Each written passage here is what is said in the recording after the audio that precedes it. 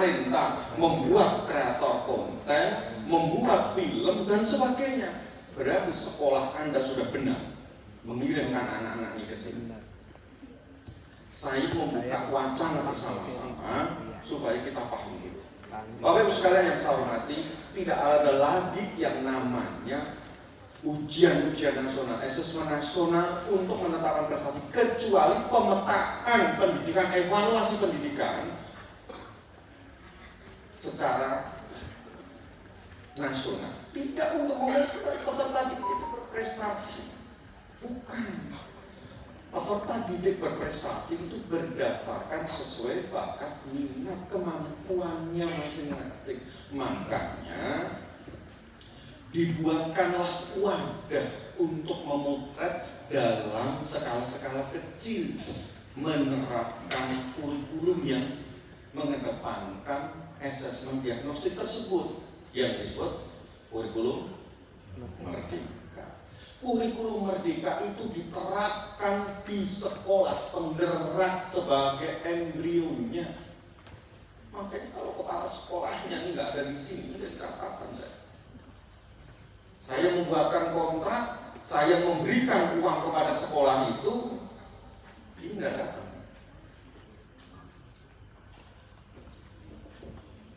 Apakah ada kewajiban? Sebetulnya kalau bicara wajib ya tidak. Tetapi kontennya ini harus dikembangkan. Ini kepala sekolah yang kemarin yang memanggil saya, Bu Nurmi, ada enggak?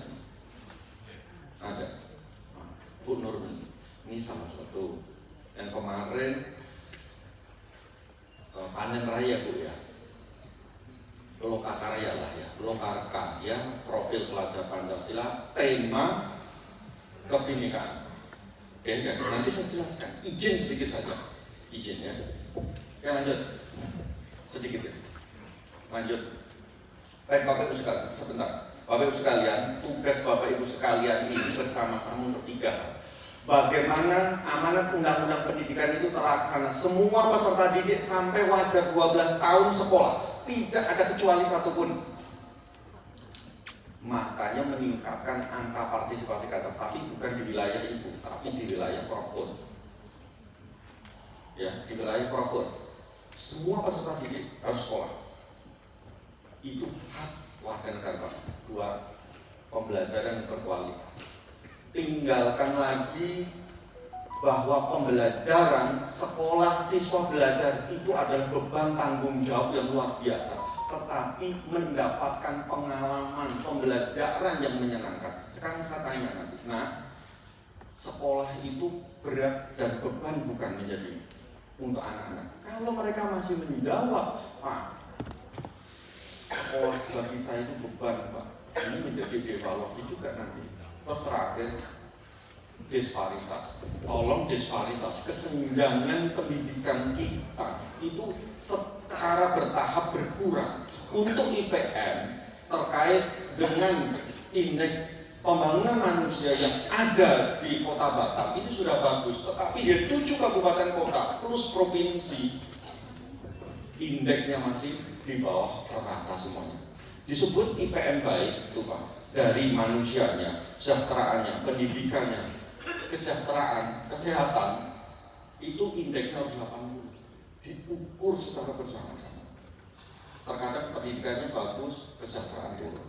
Terkadang kesejahteraan sudah meningkat, kesehatannya baik, pendidikannya drop. Batam satu-satunya menjadi rujukan. Wajar kalau manusianya harus intelek, harus ditingkatkan. Untuk mana? 7 kabupaten kota yang lain tularkan. Untuk itu saya dorong Socrates ini fondasi. Saya tidak menyebut Pak Socrates, tapi Socrates Foundation ini mendorong ke semua hal. Kenapa saya katakan gitu? Beliau adalah mitra pembangunan. Sosial responsif pendidikan itu dibangun tidak hanya pemerintah daerah, pemerintah pusat, tetapi ekosistem pendidikan itu Pak. Beliau lah mau mempelopori ini. Ada Tanoto, ada Socrates, ada macam-macam. Nah ini yang harus didorong. Next. Oke. Saya sampaikan kepada Bapak Ibu sekalian. Saya tulis ini 20. Pertanyaan saya, ada berapa episode sinetron Merdeka Belajar itu sampai sekarang? Guru-guru sekolah ini harus paham ini. Harga mati kalau tidak bisa.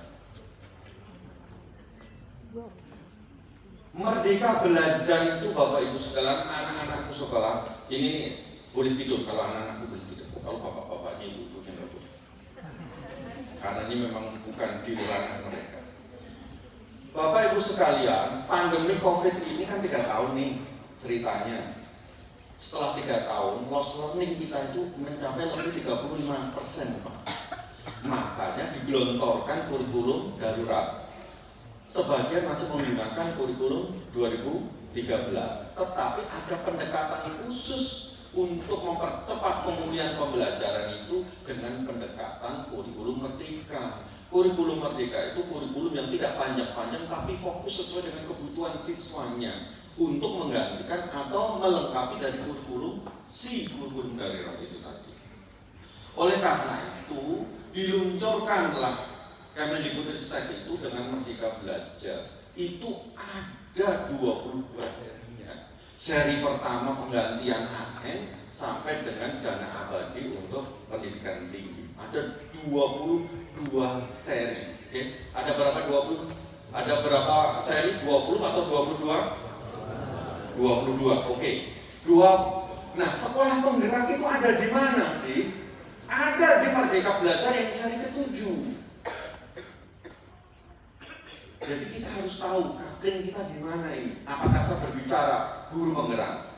Apakah saya berbicara kurikulum merdeka? Apakah saya berbicara program sekolah penggerak? Apakah saya berbicara BOS? Maka kawan-kawan di dinas pendidikan, kawan-kawan yang ada di yayasan, ini harus bisa memetakan ini. Mana yang mau ditingkatkan? Apakah saya fokus ke rapor pendidikan? Sekolah penggerak ini wajib dilaksanakan. Saya memiliki 654 satuan pendidikan pelaksana daripada kurikulum merdeka. Inilah yang menjadi PR. Saya memberikan kerangka regulasinya, tetapi bagaimana mengelola satuan pendidikan, kepala sekolahnya, gurunya, siswanya di 654 dari 1.700 satuan pendidikan yang ada di Provinsi Kepulauan Riau yang bertempat di 2.800 pulau. Barangkali Prof. Kor belum apa.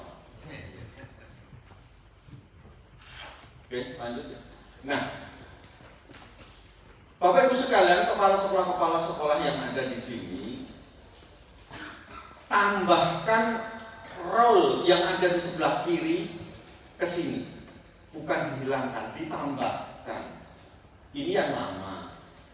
Masa ya guru penyampai informasi dan pengetahuan dihilangkan? Kan tidak kan Pak ya Bu ya. Karena kengaso sung colo-colo ing maju bangun kaso tuturi handayani. Artinya apa? Guru tetap ada, tetapi ditambahkan.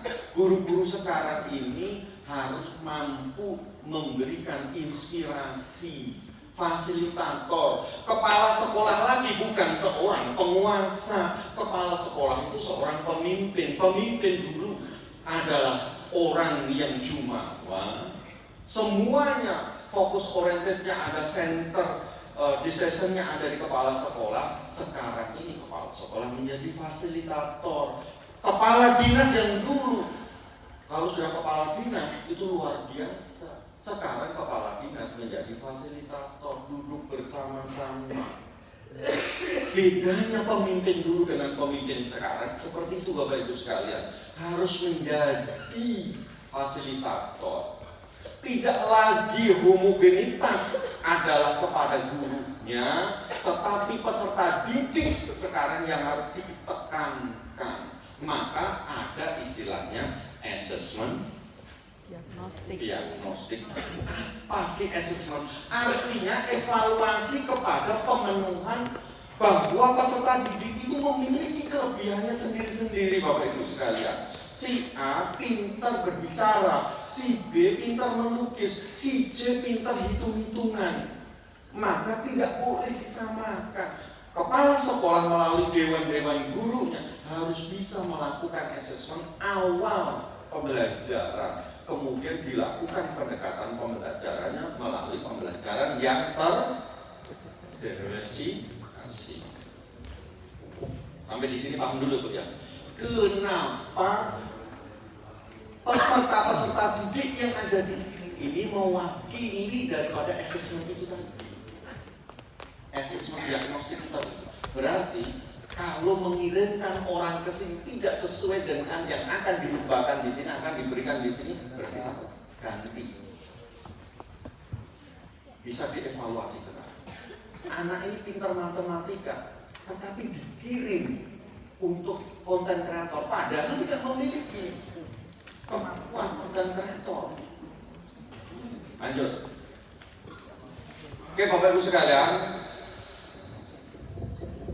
Dinas Suroto tadi Pak, di sini Pak. Jadi yang ingin diwujudkan itu adalah siswa-siswa yang berkarakteristik profil pelajar Pancasila. Apa sih cirinya? Next, nanti balik lagi. Next.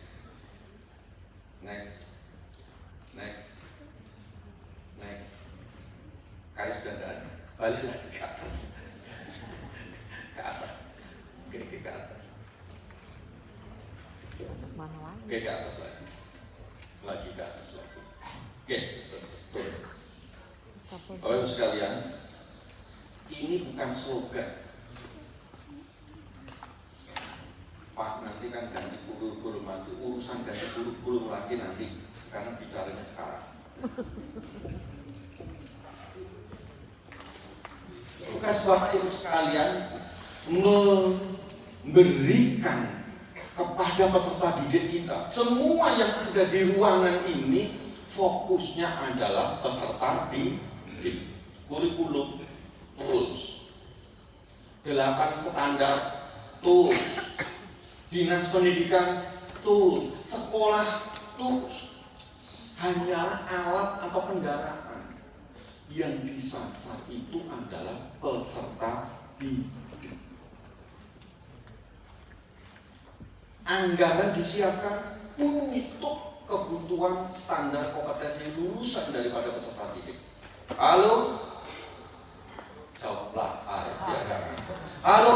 Hai. Baru 3/4, sisanya itu mungkin.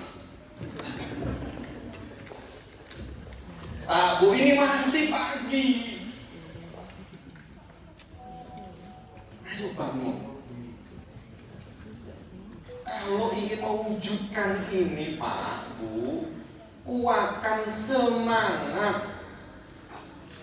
Satu, ini yang jelas saya sudah yakin Pak Bu, pembiasaan di sekolah. Ada yang memulai berbuka dengan sholat duha, dengan hafalan dan sebagainya. Boleh. Jujur, ada kantin kejujuran, kemudian macam-macam itu. Itu untuk mewujudkan ke sini. Nah, setiap event ini Pak Bu, setiap satuan pendidikan pelaksana daripada program sekolah penggerak kan ada fasilitatornya, ada pengajar prakteknya, ada pendamping individunya. Maka harus bisa menampilkan lokanya. Lokanya itu adalah jumawanya, sombongnya itu apa. Jangan diam-diam baik. Ini sudah didik selama 9 bulan, enggak meningkat pula. Bapak Ibu sekolah yang punya program sekolah penggerak harus jumawa. Tidak ada peserta didik yang tidak berprestasi. Ingat, 57 satuan pendidikan yang berdiri di sini, seluruh peserta didiknya harus berprestasi, Pak. Sesuai dengan prestasinya sendiri-sendiri. Makanya yang pintar storytelling tadi kan ada lomba itu, maka dilibatkan ke sana. Yang pintar menulis diarahkan ke sana. Kemudian dinas pendidikan bersama yayasan, bersama siapapun membuatkan wadah-wadah tempat berprestasi itu tadi. Kegiatannya diarahkan, tidak pernah ditandingkan, nggak punya prestasi. Makanya untuk melombakan satuan pendidikan 57 itu yang Kota Batam nih ya, Kota Batam ini itu harus menunjukkan lokanya, hasilnya, kolaborasi antara siswa, orang tua, wali murid dan sebagainya itu tadi. Kalau bukan PSP di sini, saya tidak segarang ini. Tetapi karena Anda PSP terkontrak kinerja dengan dinas pendidikan, dengan Kemendikbudristek, ada bosnya, ada bos kinerjanya, maka bertanggung jawab sepenuhnya untuk mewujudkan seluruh prestasi siswa itu tadi. Satu siswa, satu prestasi. Berat Bu kalau sudah mendeklar dirinya sebagai pelaksana daripada PSP. Guru-gurunya kalau bisa didorong untuk ikut program CGP dan PGP, calon guru penggerak dan program guru penggerak. Untuk apa? Menyiapkan talenta-talenta ke depan. Berbineka, bergotong royong anak-anakku sekalian ya, kreatif, bernalar kritis dan mandiri. Ini dilokakan. Oke, lanjut. Next. Oke, baik. Harapannya Bapak Ibu sekalian, setelah 3 tahun, tahun keempat Bapak Ibu akan kami mandatkan ke orang tua Bapak Ibu sekalian, yaitu Dinas Pendidikan Kabupaten Kota atau Pemda, tahun keempat. Jadi tahun 1, 2, 3 Bapak Ibu masih menyusu kepada Kemendikbud pusat. Tahun keempat dilimpahkan, artinya Bapak Ibu sudah gede lah, bayi itu sudah jalan ke pemerintah daerah. Ini nanti Pak Sokrates dengan ini luar biasa PR-nya. 654 satuan pendidikan yang menjadi gerbong pertama untuk 1.700 satuan pendidikan yang ada di provinsi, terletak di 2.800 pulau di Kepulauan Riau ini yang harus difasilitasi. Harus pada tahap ini Pak. Jadi ini Bapak Ibu kan berada di tahap 1. Contoh perundungan masih tinggi, pembelajarannya masih seperti tahun kemarin, belum memperhatikan kebutuhan peserta didik. Diharapkan Bapak Ibu berada di level ini. Ingat, ini baca secara jelas. 57 kepala satuan pendidikan yang duduk di ruangan ini, level yang diharapkan itu perundungannya tidak terjadi, kebutuhannya sudah bagus, aman, nyaman, siswanya diperhatikan, guru-guru, kepala sekolah bukanlah sebagai bos, tapi sebagai fasilitator. Guru memulai refleksi perbaikan pembelajarannya, terus pengibasan dan sebagainya. Inilah Bapak Ibu diharapkan selama 3 tahun. Pertanyaan, Pak, bagaimana kalau saya tidak mencapai? Dievaluasi sekolahnya, kepala sekolahnya yang jelas. Karena Bapak Ibu sudah menandatangani traktat integritas, bermetrek cap jempol. Jadi kepala sekolah PSP itu akan dievaluasi di tahun keempat. Apakah sekolahnya ini akan berimbas? Ya tidak apa-apa, saya tunggu di tahun politik tahun 2024. Ada yang berbisik-bisik batinnya seperti itu, tidak apa-apa. Oh nanti juga kebijakannya beda. Walau bisawab. Ya. Tetapi yang jelas kontrak politiknya yang sudah ditandatangani di awal, betul Pak Guru? Benar. Tanda tangan gede-gede bermeter cap jempol bahwa sekolah Anda harus di tahap 3 dan 4. Tidak ada kata lain. Untuk apa, Pak? Untuk diseminasi dan pengimbasan kepada proses pembelajaran yang baik, menurunnya angka partisipasi sekolah yang tinggi. Artinya apa? Anak-anak peserta didik harus sekolah, proses pembelajarannya harus mengedepankan pembelajaran yang bagus dan sebagainya. Oke, lanjut, next, Bapak Ibu. Nah, sekarang saya masuk yang memiliki gawe ini. Ini Pak, yang saya tulis ini adalah PSP Merdeka Belajar dalam seri ke-7. Satu di antaranya 57 satuan pendidikan yang sekarang ada duduk di ruangan ini mengedepankan proses digitalisasi sekolah. Pak, boleh nggak ditung pasal ini saya ganti? Keluarkan dulu Bapak Ibu sekalian dari sekolah penggerak. Saya tidak masuk sekolah penggerak, Pak, karena saya tidak mampu. Maka harus mengembalikan uang-uang itu. Makanya yang ada di ruangan ini sudah tidak bisa karena terikat dengan kontrak. Kontrak pertama. Kontrak pertama.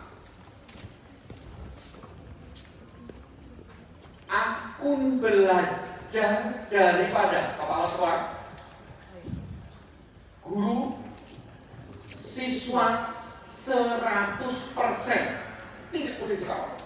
Pertanyaan saya Pak Kur, 57 kepala sekolah, 696 gurunya, 2.500 siswanya harus mengaktifkan akun belajar. Itu menjadi PR. Pertama, akun belajar itu tidak boleh ditawar. Kenapa Bapak Ibu sekalian? Sebab akun belajar itu yang pertama, cara sekolah untuk mengunduh rapor pendidikan, untuk mengunduh rapor perencanaan berbasis data, untuk memulai pembelajaran kurikulum merdeka yang disebut dengan platform Merdeka Mengajar. Kalau ada sekolahnya belum mengaktifkan itu, kemana kepala sekolahnya? Tidur apa?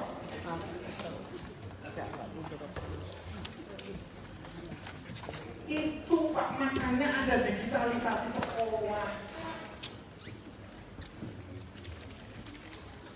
Ini Pak Sokrates, arahnya sudah jelas ya. Jadi kegiatan Bapak ini adalah bagaimana menciptakan iklim belajar untuk mewujudkan profil pelajar Pancasila sesuai dengan kemampuan masing-masing peserta didik yang disebut dengan asesmen diagnostik tersebut. Jadi ada korelasi. Jadi disinilah yang pertama. 2,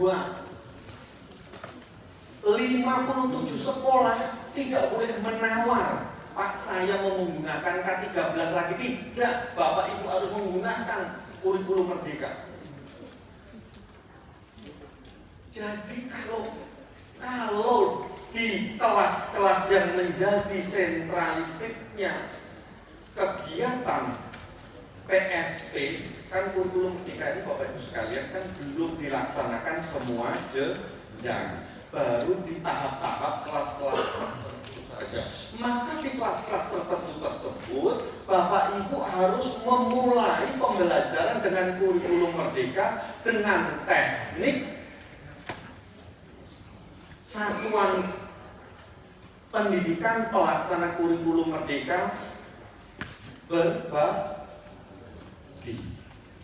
Pak, bukan ada 3 jenis nih Pak ya. IKM yang berbagi berarti PSP. Kemudian yang mendaftar tapi sudah siap IKM yang Berubah atau belajar? Ada berubah, ada belajar, berubah sama berbagi. Itu urutannya, kastanya, bahasanya begitu. Oke, lanjut. Kemudian harus mengedepankan perencanaan berbasis data. Refleksi daripada digitalisasi ini, Akun belajar untuk mengunduh rapor pendidikan. Rapor pendidikan, keluarlah apa yang disebut dengan kekurangan-kekurangan. Masuklah nanti di perencanaan berbasis data, dikeluarkan dalam aplikasi yang disebut rencana kerja anggaran sekolah.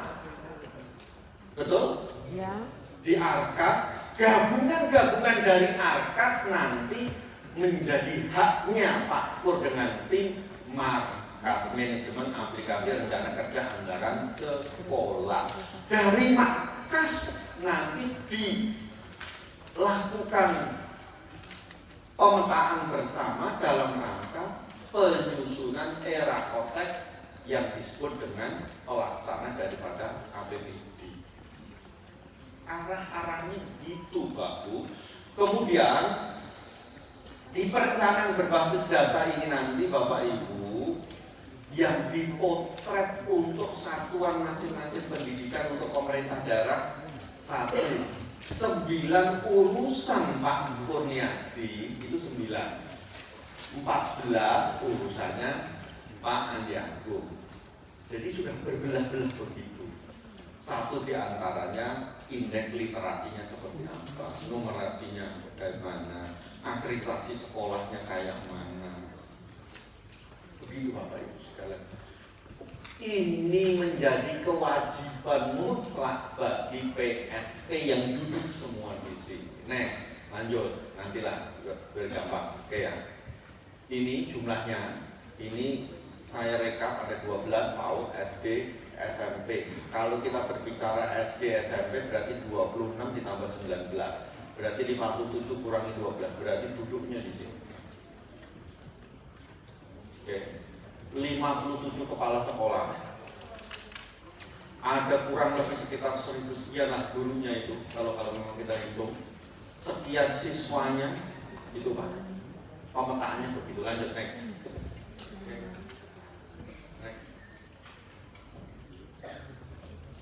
Next. Oke, lanjut. Sebetulnya kalau digitalisasi sekolah Pak, supaya Bapak Ibu berbelanjanya aman, kan begitu kan Pak ya. Kemudian pembelajaran IKN-nya menggunakan platform edukasi yang benar. Kemudian perencanaan berbasis datanya sudah menggunakan pendekatan platform rapor pendidikan. Itu sebetulnya alurnya seperti inilah Pak. Melakukan transparansi, efisiensi, serta kecepatan. Cepat, tepat, dan mudah dan murah. Gitu. Next. Oke, lanjut. Nah, kalau ini fungsinya sebetulnya untuk ini. Ya, ada mengajar, belajar, berkarya. Jadi kegiatan kita tuh harusnya ini bisa menghasilkan ini. Next. Oke. Next.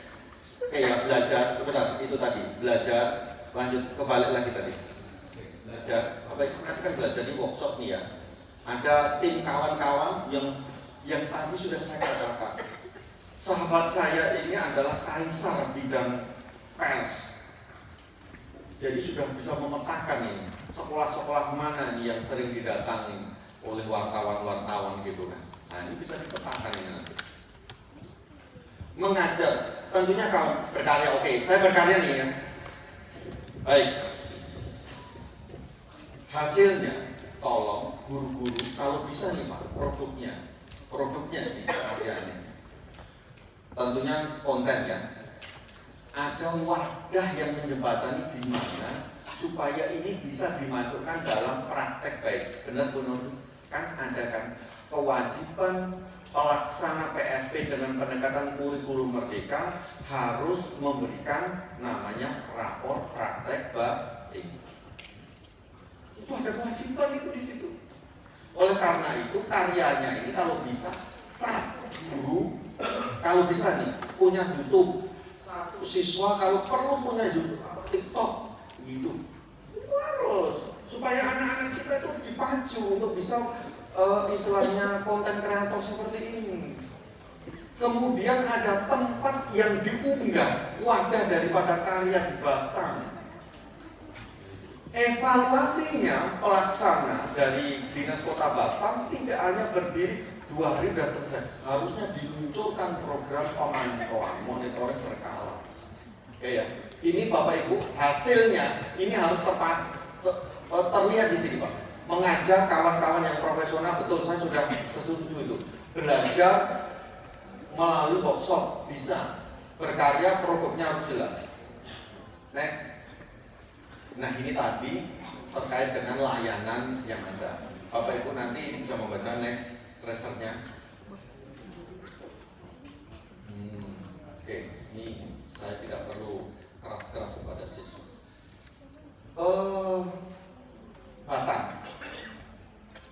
Batam itu baru 57-47%. Ini ya.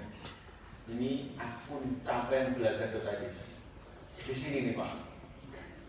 Kalau ini salah nih. Harusnya oh iya. Oke, Bapak Ibu sekalian, berarti masih ada PR di sini. Ini yang ketiga nih Pak, kayaknya.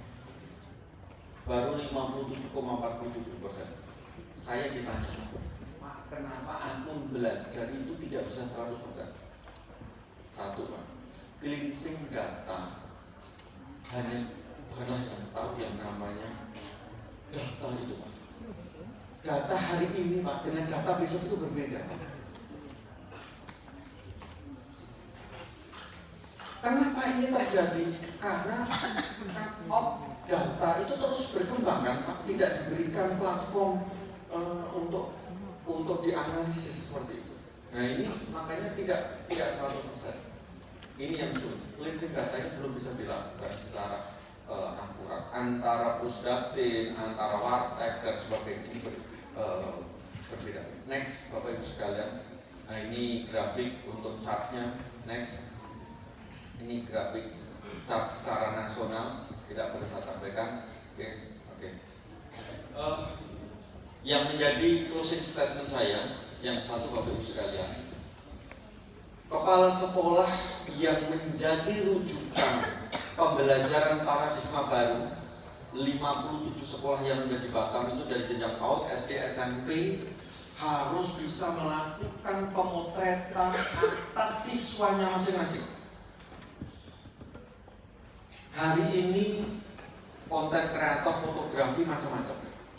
Besok tata boga misalkan. Besok lagi apa? Yang sesuai dengan mewujudkan profil pelajar Pancasila, mendorong ke sana. Tetapi juga jangan sampai kita based learning terus, project based learning, tetapi peserta didik lupa diberikan pemahaman secara knowledge. Karena ada ukurannya, kata Pak Bu kan. Jadi sebuah kurikulum itu memberikan gambaran ketercapaian pemahaman secara literasi numerasi yang disebut knowledge Pak.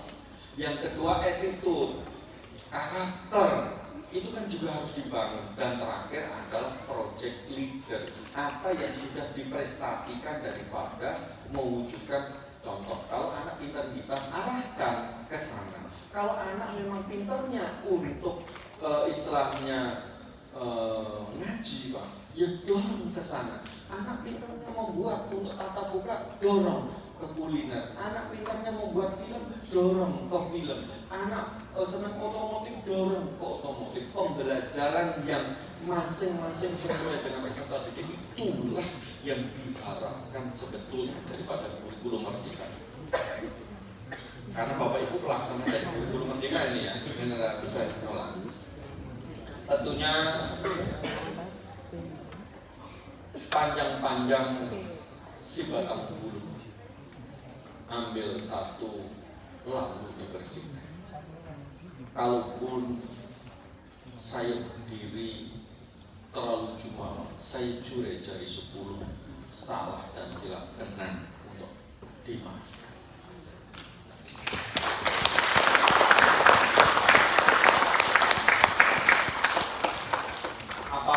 tanda kiambang kebal apabila air di muara terpasang tinggi. Apalah tanda hati yang berpatut. Tentunya saya berharap semua peserta didik bisa dan kelak menjadi peserta didik yang berbudi.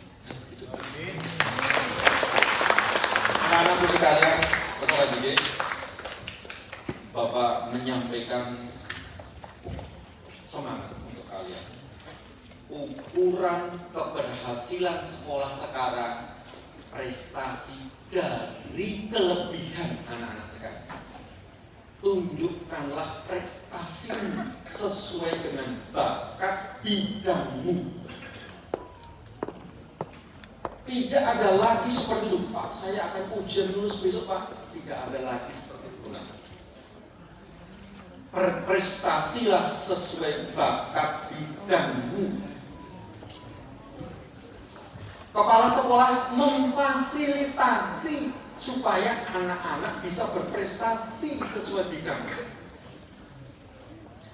Pemerintah daerah selaku stakeholder, namanya SPME, Sistem Penjaminan Mutu Eksternal, menyiapkan lahan-lahan kompetensinya. Kira-kira Pak, anak saya itu Pak, hobinya Pak, balapan burung dara Pak. Kira-kira saya pernah ditanya, ada nggak Pak kira-kira yang menjurus ke sana? Ya coba nanti dipetakan.